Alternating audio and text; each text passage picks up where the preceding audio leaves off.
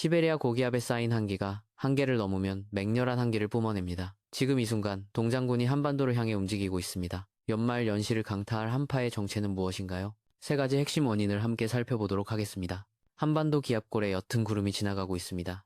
중부지방에 한 차례 비를 내린 다음 동쪽으로 이동해 가고 있습니다. 그리고 동쪽에서 고기압이 다가오고 있습니다. 겨울의 동장군, 시베리아 고기압입니다. 12월 30일 화요일 새벽 최저기온입니다. 강원도 화천 광덕산이 영하 12.5도를 기록했습니다. 중부 내륙권은 영하 10도 이하의 강추를 나타내고 있습니다. 서울 은평은 영하 7도를 기록했습니다. 하지만 주의는 전초전에 불과합니다. 이제부터 기온은 더욱 떨어질 것 같습니다. 기상청 특보 현황입니다. 12월 30일 화요일 오전 6시 기준입니다. 전국에 계속해서 건조주의보가 발효되어 있습니다. 겨울철에는 북쪽에서 건조한 공기가 내려오기 때문에 쉽게 건조해집니다. 바람도 점차 강해지기 때문에 불의 취급에는 주의해야 할 것 같습니다. 기압골이 통과하고 있는 동해에 강한 바람이 듭니다. 울릉도 독도에 강풍주의보, 동해에 풍랑주의보가 발효되었습니다. 12월 30일 화요일 낮 12시입니다. 이제 올해도 이틀밖에 남지 않았습니다. 저기압이 오호츠크해에 위치하고 있습니다. 그리고 서쪽에 고기압이 있습니다. 시베리아 고기압입니다. 그렇다면 시베리아 고기압은 어떤 특징을 가지고 있을까요? 시베리아 고기압은 겨울철 시베리아에서 몽골 부근에 발달하는 세계에서도 가장 강력한 고기압입니다. 중심압이 1080헥토파스칼까지 발달하기도 합니다. 매우 차가운 고기압으로 겨울철 우리나라 날씨를 지배하는 주역이기도 합니다. 이 고기압은 매우 차갑고 수분을 거의 가지지 않는 건조한 성질을 가지고 있습니다. 시베리아 고기압은 팽창과 수축을 하며 호흡을 합니다. 이 고기압은 쌓아두었던 한기가 한계를 넘으면 우리나라를 향해 맹렬한 한기를 뿜어내게 됩니다. 이렇게 해서 서고 동저기압 배치가 되었습니다. 등압선이 수직으로 서고 북서 계절풍의 바람이 불기 시작했습니다. 이제 연말 연시 한파가 시작되려고 하고 있습니다. 12월 30일 수요일입니다. 저기압이 오호츠크해에서 발달하고 있습니다. 그리고 고기압이 몽골 부근에 위치하고 있습니다. 교과서에 나올 정도의 전형적인 서고 동저기압 배치가 되었습니다. 등압선 간격을 함께 보도록 하겠습니다. 등압선이 좁게 배치되어 있습니다. 이것은 기압 경도가 크다는 것을 의미합니다. 바람이 강하게 분다는 것입니다. 동해에 눈구름이 맹렬하게 발생해 일본 쪽에 폭설을 쏟아붓고 있습니다. 여기에 등압선이 약간 휘어져 있습니다. 이런 곳에서는 바람과 바람이 충돌하는 수렴대가 만들어집니다. 동해안대 기단 수렴대입니다. 백두산에 막혀 둘로 갈라진 바람이 동해에서 다시 만나 수렴대를 만들고 있습니다. 이 수렴대를 시작으로 동해에 엄청난 눈구름이 발생하고 있습니다. 이것은 마치 두 개의 강물이 만나 더 큰 물살을 만드는 것과 같습니다. 상공 1500m 기온을 함께 보도록 하겠습니다. 850 헥토파스칼 기온입니다. 우리나라 중부지방은 영하 15도에서 영하 18도 정도입니다. 매우 차가운 공기가 내려와 있습니다. 그런데 동해바다는 수온이 15도에서 18도 정도로 따뜻합니다. 이 기온차가 해기차입니다. 차가운 공기가 따뜻한 바다 위를 지날 때 대류가 활발하게 일어나 눈구름이 만들어집니다. 1월 1일 목요일입니다. 병오년 새해가 되었습니다. 말띠해입니다. 고기압과 저기압의 위치는 거의 변함이 없습니다. 겨울철에는 서쪽 고기압과 동쪽 저기압이 마치 벽에 막힌 듯 움직이지 않고 길게는 2주일 이상 머무르며 강력한 한파를 몰고 옵니다. 서해에도 눈구름이 피어나고 있습니다. 따뜻한 바다 위를 차가운 공기가 통과할 때 기온차, 해기차로 인해 눈구름이 만들어집니다. 강한 북서 계절풍에 의해 차례로 눈구름이 만들어져 바람 방향에 따라 줄무늬 구름이 형성됩니다. 이것을 구름거리라고 합니다. 이날은 새해 일출을 보기 위해 산으로 바다로 아침 일찍 나서는 분들이 많을 것입니다. 일출 시각인 오전 7시경에는 기온이 대폭 떨어질 것으로 예상되고 있습니다. 서울이 영하 12도, 부산도 영하 6도가 예상되고 있습니다. 마치 전국이 냉동고에 갇혀 있는 것 같습니다. 전국이 꽁꽁 얼어붙었습니다. 전 해역에 강한 바람이 딥니다. 바다와 해안에는 역시 강한 바람이 불 것 같습니다. 주목해서 살펴보도록 하겠습니다. 여기서 보니 동해 한대 기단 수렴대가 울릉도를 지나가고 있다는 것을 확인할 수 있습니다.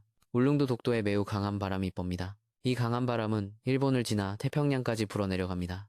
이 시각 구름의 상황입니다. 중부지방은 대체로 맑을 것으로 예상되고 있습니다. 남부지방에는 구름이 걸려 있습니다. 일출을 보기 위해서는 수백 킬로미터 앞까지 구름이 없다는 조건이 필요합니다. 남부지방에 걸린 구름은 대체로 고도가 높은 구름입니다. 높은 구름은 일출을 보는데 거의 방해가 되지 않습니다. 중간 구름은 일출 보는데 방해가 될 수 있습니다. 일출에 방해가 되는 것은 낮은 구름입니다. 수평선 부근에 낮은 구름이 있으면 태양이 완전히 가려져 일출을 볼 수 없게 됩니다. 이날 낮은 구름은 서해안 일부를 제외하고 거의 없는 것 같습니다. 구름이 있더라도 구름 사이 또는 구름 위로 일출을 볼 수 있지 않을까 생각됩니다. 그렇다면 이렇게 강한 한파가 발생하는 이유는 무엇일까요? 대략 세 가지 정도 원인이 있습니다. 첫 번째 원인은 시베리아 고기압의 세력이 매우 강하다는 것입니다. 시베리아 고기압은 겨울철 시베리아 지역에서 복사 냉각으로 인해 지표면이 극도로 차가워지면서 형성됩니다. 이것은 마치 냉장고가 음식을 차갑게 만드는 것과 비슷합니다. 시베리아의 넓은 대륙이 거대한 냉장고 역할을 하는 것입니다. 두 번째 원인은 서고동저 기압 배치입니다. 서쪽에 고기압, 동쪽에 저기압이 위치하면 등압선이 남북으로 배치됩니다. 이때 등압선의 수직 방향으로 바람이 맵니다. 북쪽의 차가운 공기가 남쪽으로 내려오는 통로가 만들어지는 것입니다. 이것은 마치 문을 열면 바람이 통하는 것과 같습니다. 세 번째 원인은 지형적 특징입니다. 백두산과 태백산맥이 찬 공기의 흐름을 조절합니다. 백두산에서 갈라진 바람이 동해에서 다시 만나면서 수렴대를 형성합니다. 이 수렴대에서 상승 기류가 발생하고 눈구름이 만들어집니다. 상공 5,500m 기온을 함께 보도록 하겠습니다. 500헥토파스칼 기온입니다. 한반도 상공의 영하 35도에서 영하 40도의 매우 차가운 공기가 자리 잡고 있습니다. 이렇게 차가운 공기는 겨울철에도 흔하지 않습니다.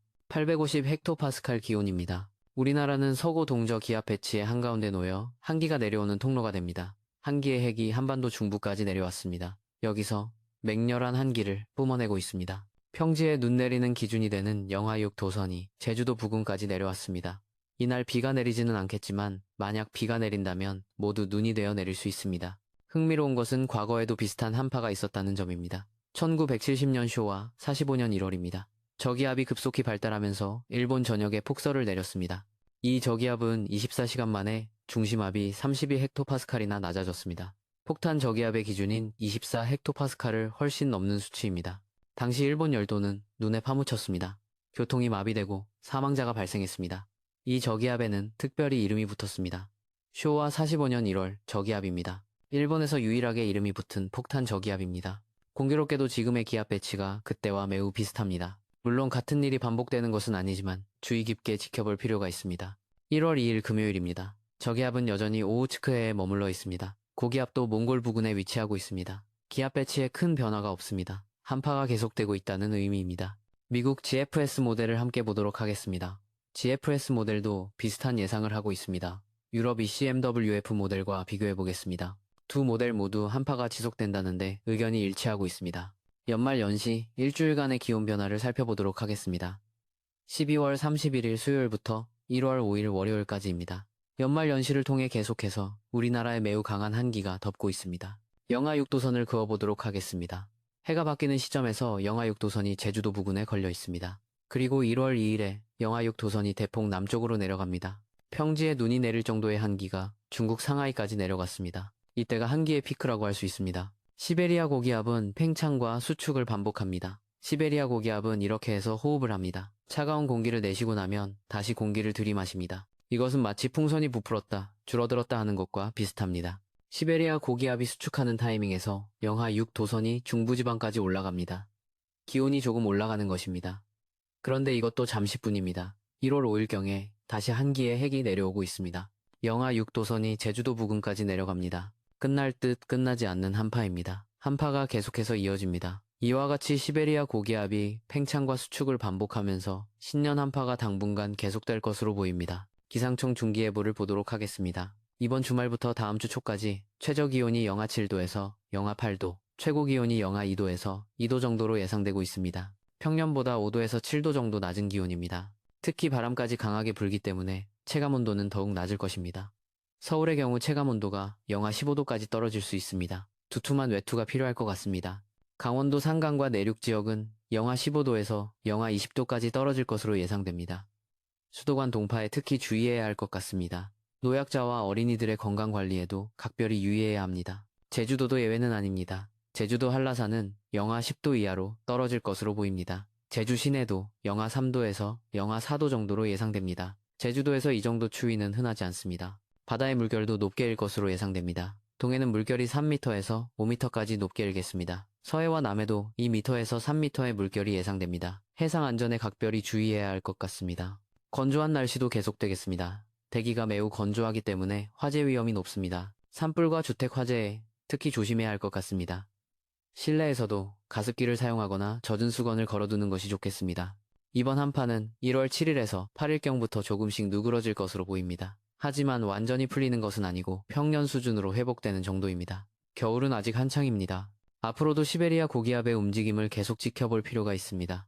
고기압이 다시 팽창하면 또 한 차례 한파가 찾아올 수 있기 때문입니다. 특히 1월 중순 이후의 날씨 변화를 주목해야 할 것 같습니다. 아무쪼록 건강관리에 유의하시기 바랍니다. 따뜻하게 입고 외출하시고 수분 섭취도 충분히 하시기 바랍니다. 연말 연시 모두 건강하게 보내시기 바랍니다.